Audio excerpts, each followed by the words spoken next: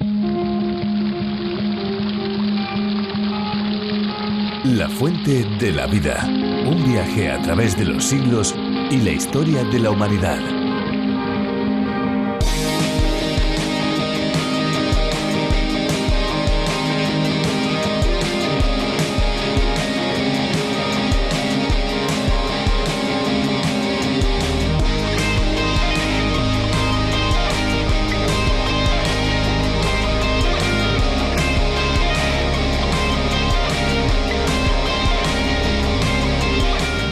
El consumo del agua durante el embarazo es beneficioso tanto para la madre como para el bebé. El agua produce diversos efectos positivos, purifica el organismo, hidrata el cuerpo y depura la sangre materna de toxinas. También protege la salud del bebé, evita la hipertensión y mejora el estado de la piel de la mujer, evita problemas intestinales, alivia molestias como las náuseas matinales y puede evitar un parto prematuro.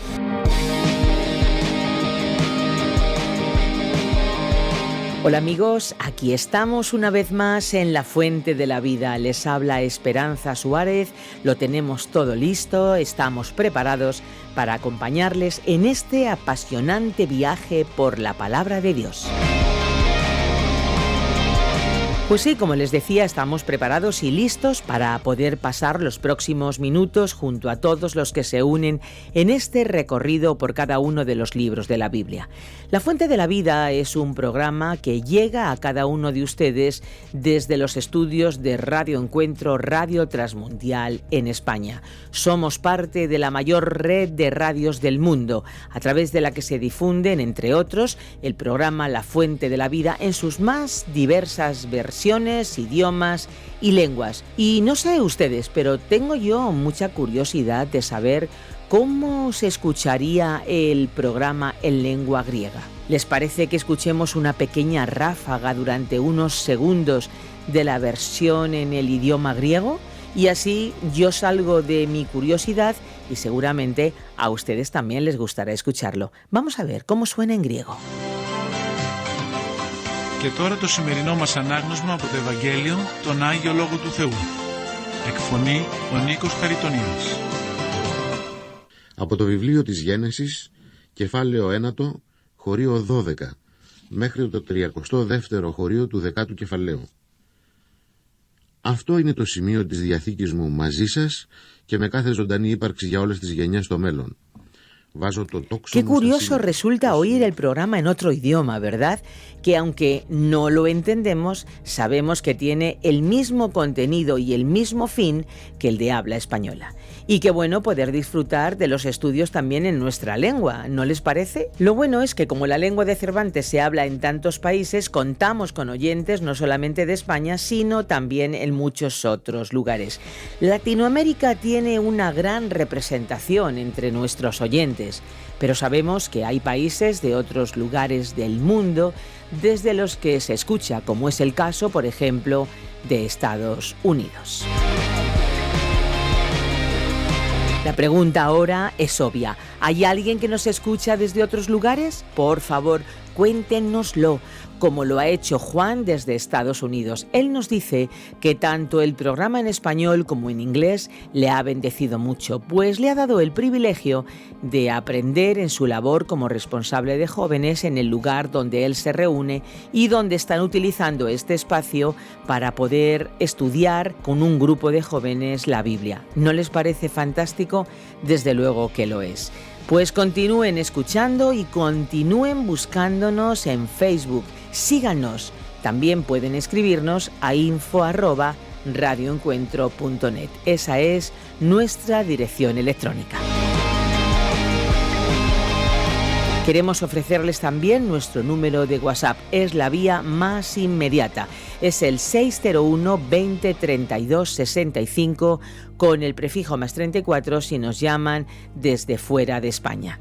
Y amigos, ¿qué tal si mientras escuchamos la canción que va a sonar a continuación ustedes contactan con nosotros?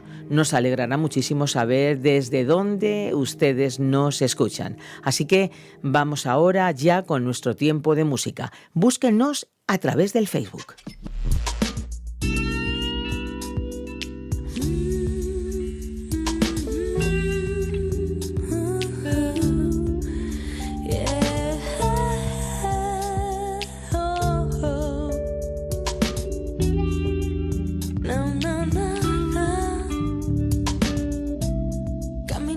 por la vida. Fui olvidando los colores del cada día, absorbida en mi rutina. No recordaba emociones con tantas prisas y de repente apareciste. Te cruzaste en mi camino, le diste un nuevo sentido, estuviste al lado mío. No te apartaste ni un segundo, te metiste en mi mundo, una visión diferente de mi vida y espacio, recorrer nuevas calles que nunca antes recorrí. Yo no sé cómo lo lograste, pero al fin me cautivaste y todo por tanto amor que me hiciste volver a ser. Diste un color a mi vida que yo no imaginé, tanto amor que he vuelto a renacer y ya no entiendo mi vida si no estás junto a mí.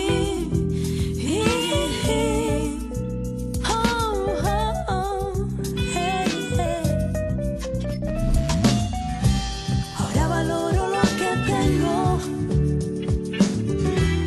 con tu luz en mi vida ya no tengo miedo, aunque llueva o sea invierno, yo sé que estás junto a mí. Y una visión diferente de mi vida y espacio, recorrer nuevas calles que nunca antes recorrí. Yo no sé cómo lo lograste, pero al fin me cautivaste y todo por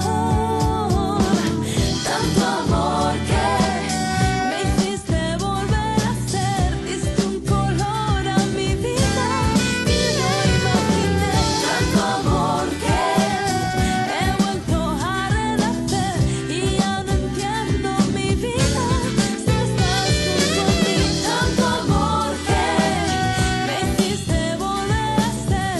Diste un color a mi vida que yo no imaginé, tanto amor que he vuelto a renacer y ya no entiendo mi vida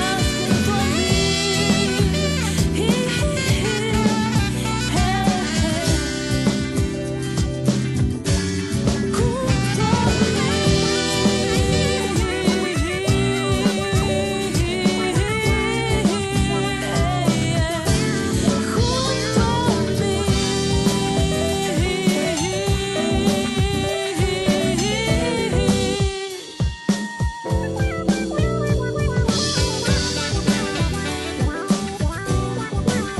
junto a mí.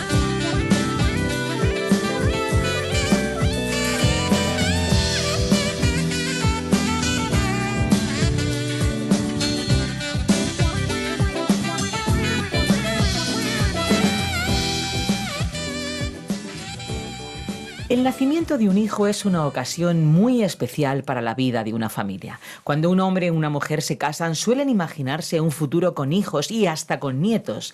Indudablemente, el deseo de tener hijos es algo inherente al ser humano. Cuando Dios crea al ser humano, lo hizo a su imagen y semejanza, y una de las cuestiones que desde el principio les indicó es que debían multiplicarse. Para los padres también es una responsabilidad. Al tener hijos se comprometen a educarlos en ciertos valores. Esperan que lo sembrado en la infancia tenga su fruto en las siguientes etapas de la vida. Y bueno, también es de alegría para aquellos padres cristianos ver cómo esos hijos un día también deciden seguir a Dios como ellos. Hoy Virgilio Bagnoni nos hablará de un nacimiento muy especial, un nacimiento que cambió la historia de la humanidad. Vamos juntos a conocer más acerca de este acontecimiento que significó el inicio de un nuevo tiempo. Recuerden, estamos en el capítulo 1 de Mateo, primer libro del Nuevo Testamento. Virgilio, estamos preparados. La fuente de la vida. Mateo capítulo 1, versículos 16 al 25. En nuestro programa anterior estudiamos los puntos más importantes de la genealogía de Jesucristo que inaugura este Evangelio, Y hoy comenzamos con lo que podríamos llamar la culminación de esta lista de la descendencia de Abraham y David con el nacimiento de Jesucristo. Leamos el versículo 16. Jacob engendró a José, el marido de María, de la cual nació Jesús, llamado el Cristo. Este versículo rompe el esquema que se sigue desde el versículo 2, donde decía que Abraham engendró a Isaac. A partir de ahí, la expresión engendrar se repite sistemáticamente hasta el principio del versículo 16, donde se dice que Jacob engendró a José. Uno esperaría que se mantendría el mismo modelo hasta el final, concluyendo que José engendró a Jesús, pero como acabamos de leer, vemos que no fue así. No se dice que José engendró a Jesús. Obviamente Mateo estaba poniendo bien en claro que, aunque José era el marido de María, no era el padre de Jesús. Esta circunstancia se explica en el resto de este capítulo, mostrándonos cómo fue un cumplimiento de la profecía del Antiguo Testamento. El nacimiento virginal de Jesucristo. Lucas, que escribió otro evangelio que lleva su nombre, era un médico griego. Ambos evangelios declaran que Jesús nació de una virgen, que José no era su padre, pero que María no había sido infiel con su marido y que Jesús no era un hijo ilegítimo. Su nacimiento fue algo totalmente nuevo. Nadie podrá afirmar que la Biblia no enseña el nacimiento virginal de Cristo. El único Jesús del cual tenemos un documento histórico es aquel que nació de una virgen. Si alguien afirmase lo contrario, tendría que presentar evidencias. No es suficiente negar esta declaración de los evangelios con meros razonamientos humanos. Siguiendo las pautas del racionalismo, algunos podrían aseverar que no pudo haber ocurrido así. Pero no olvidemos que Dios es el creador de las leyes naturales. Él puede controlarlas, utilizarlas o dejarlas de lado para cumplir sus propósitos.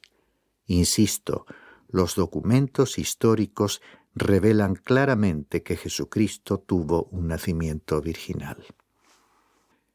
Leamos el versículo 17 que nos explica algo sobre la genealogía. De manera que todas las generaciones desde Abraham hasta David son 14 generaciones, y desde David hasta la deportación a Babilonia, 14 generaciones, y desde la deportación a Babilonia hasta Cristo, 14 generaciones.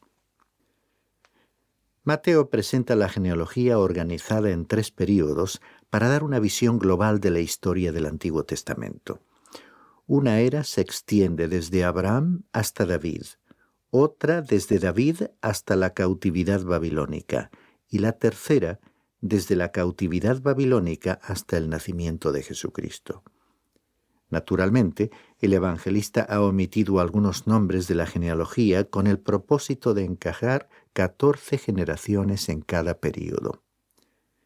¿Y por qué lo habrá hecho así? Algunos opinan que el número 14, equivalente a 2 veces 7, ofrecía una prueba sobre la exactitud de la genealogía.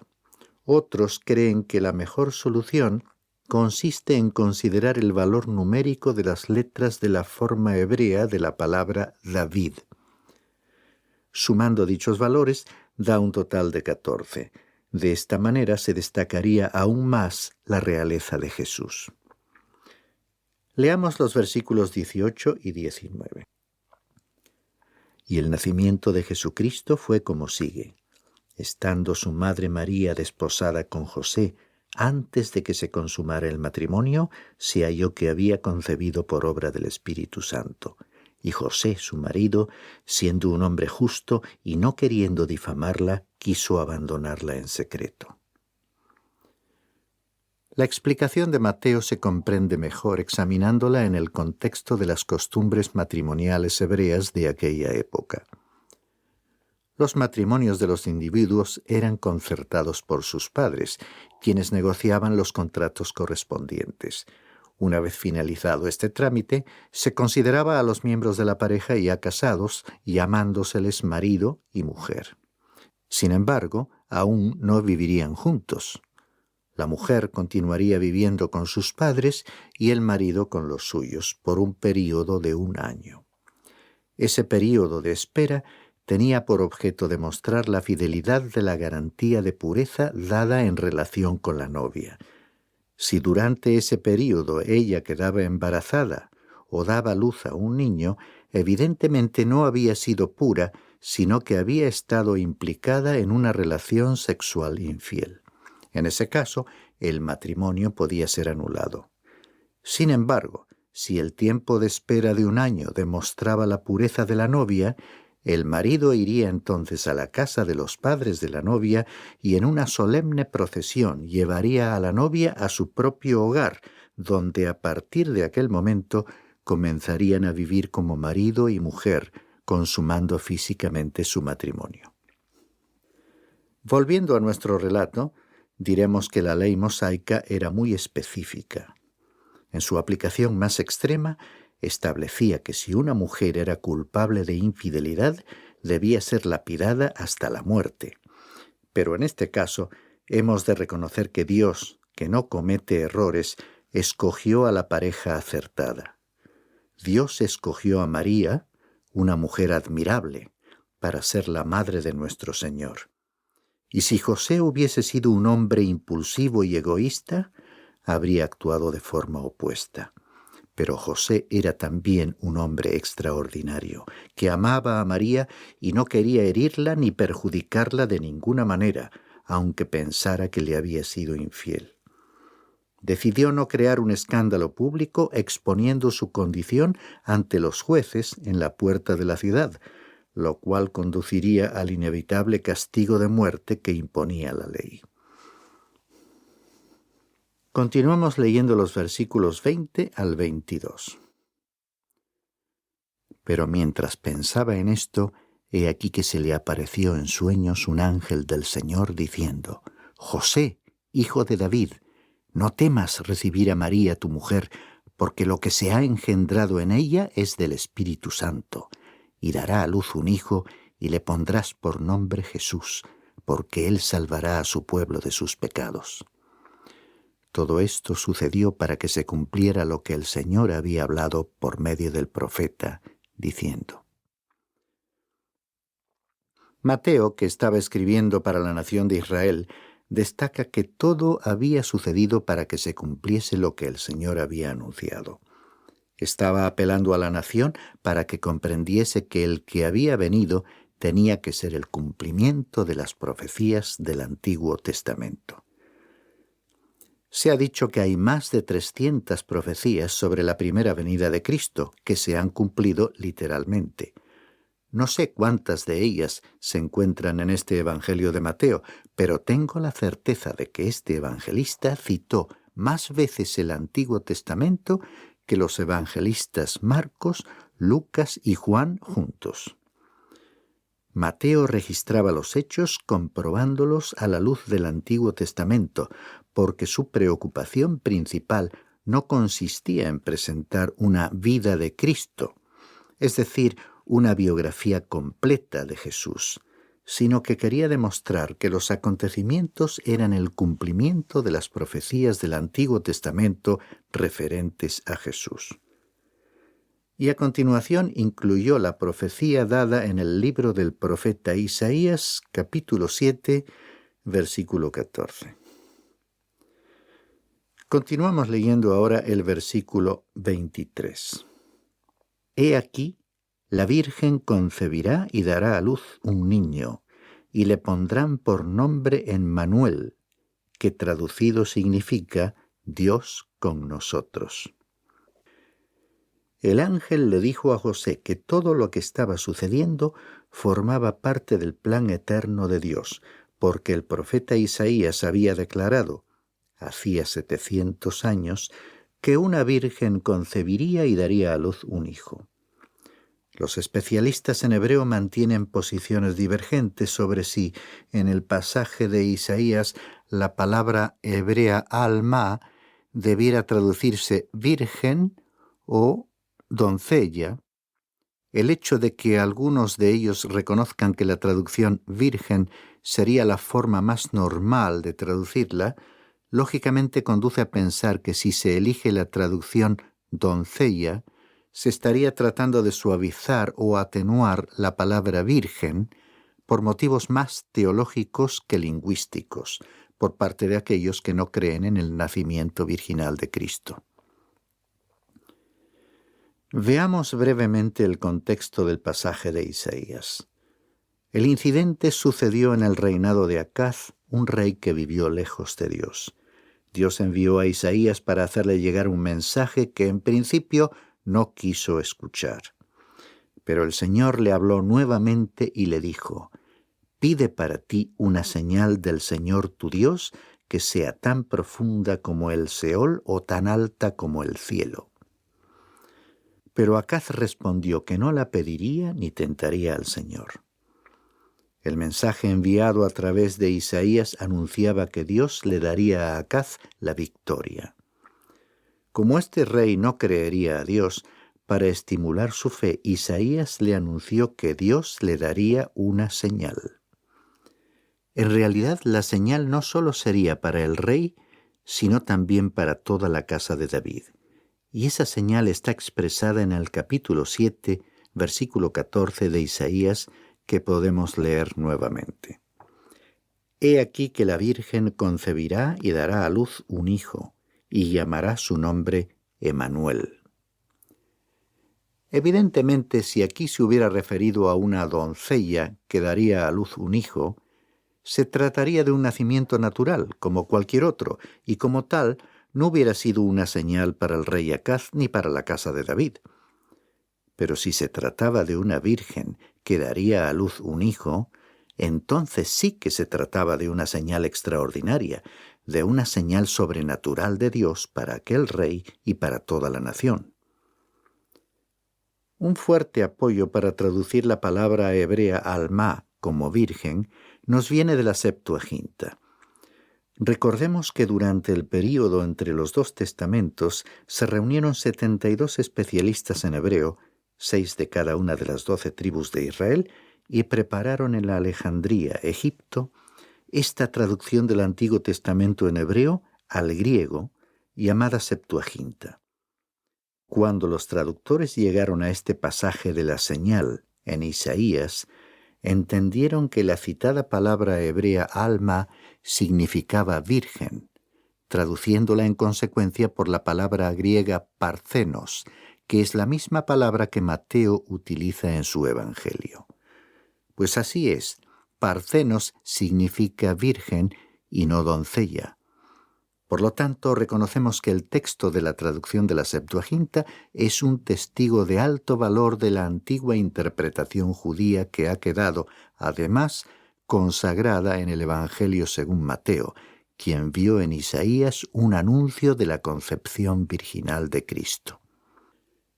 Por todo ello creemos que formó parte de la intención de Dios el escoger la traducción adecuada y más común de la palabra hebrea alma como virgen en el Antiguo Testamento para anunciar la señal sobrenatural de la concepción milagrosa de María, y así confirmó a Mateo que se estaba cumpliendo aquella profecía anunciada hacía 700 años.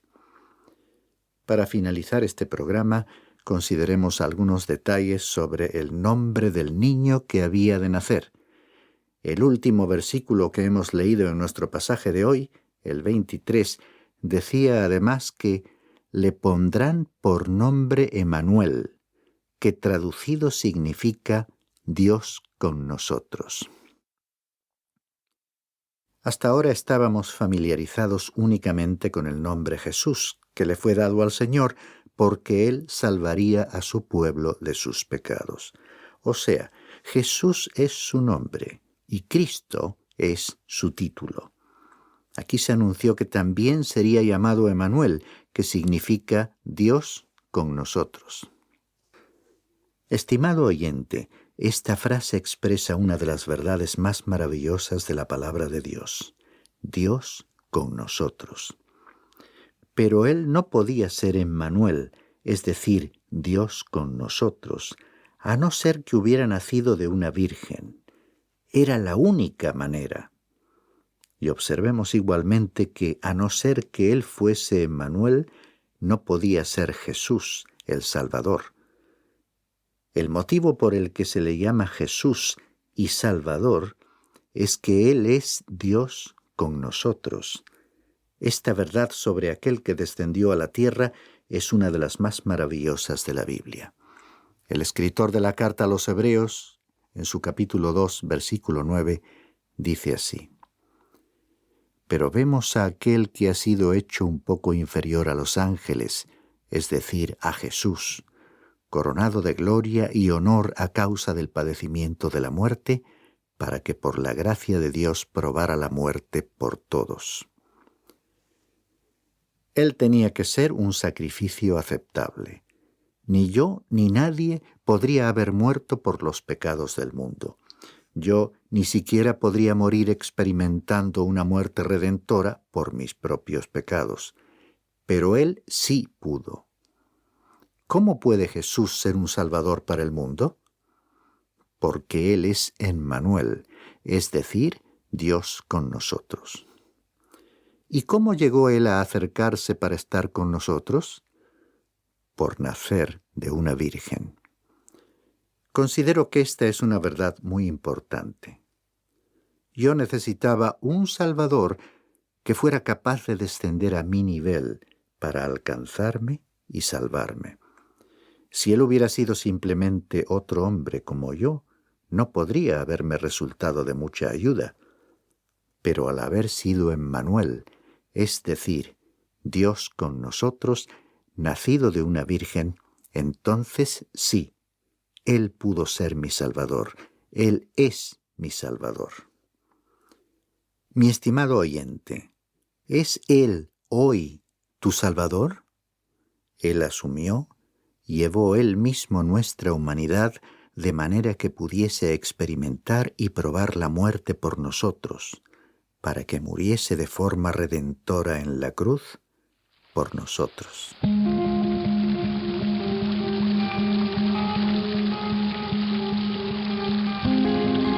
Queridos amigos, no importa su procedencia, lo importante es saber que el agua de la fuente de la vida está al alcance de todo el mundo. Y lo decimos literalmente, porque los programas se pueden escuchar en diferentes plataformas online.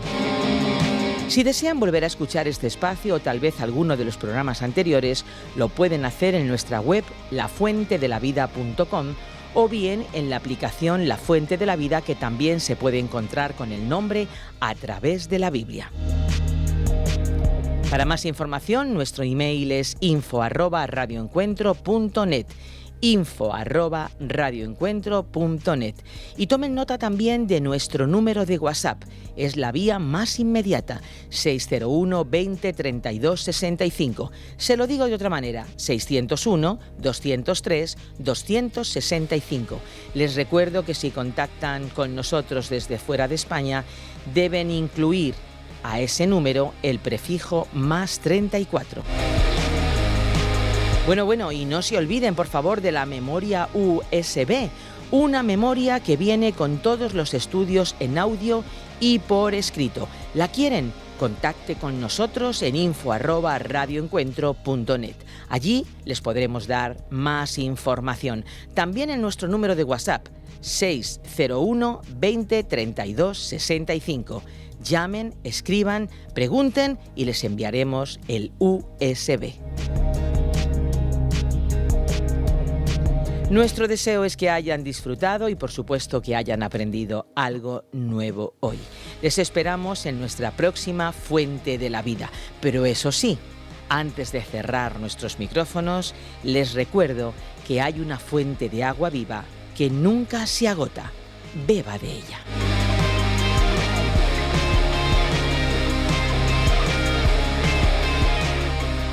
Este ha sido un programa de Radio Transmundial producido por Radio Encuentro, Radio Cadena de Vida.